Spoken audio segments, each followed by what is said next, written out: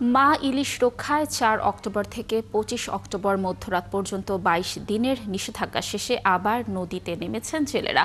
শনিবার মধ্যরাত থেকে জেলেরা মাছ ধরতে নামেন। মাছ ধরা শুরু হওয়ায় কর্মচাঞ্চল্য ফিরেছে মৎস্য আড়ত ও জেলে পল্লীগুলোতে।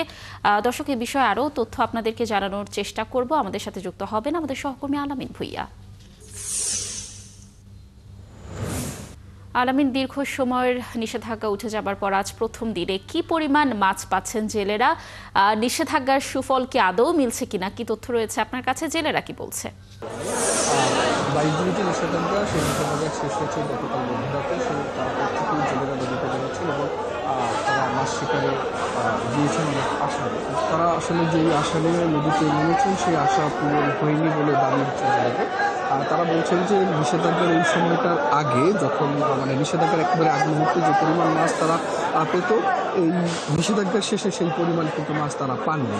অর্থাৎ তাদের যে দাবি সেটা হচ্ছে যে মাছের পরিমাণটা বিগত সময়ের সে তো কম আছেই, পাশাপাশি একেবারে 22 দিন আগেও যে পরিমাণ মাছ তারা পেত, তারা সেই পরিমাণ মাছ এখন পাচ্ছেন না।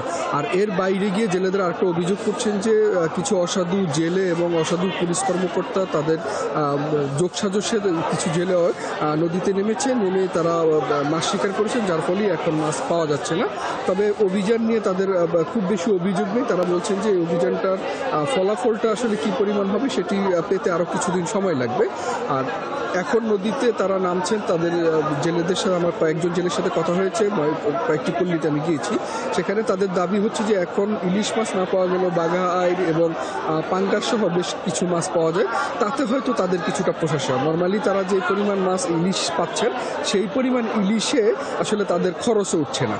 আর তারা বলছেন যে এই মুহূর্তে এই পরিস্থিতি যদি চলতে থাকে তাহলে হয়তো একসময় তাদের যে এই যে ইলিশের সাথে যে তাদের জীবন ধারণ সেটি আসলে ধারণ করা সম্ভব হবে না বলে তারা দাবি করছেন।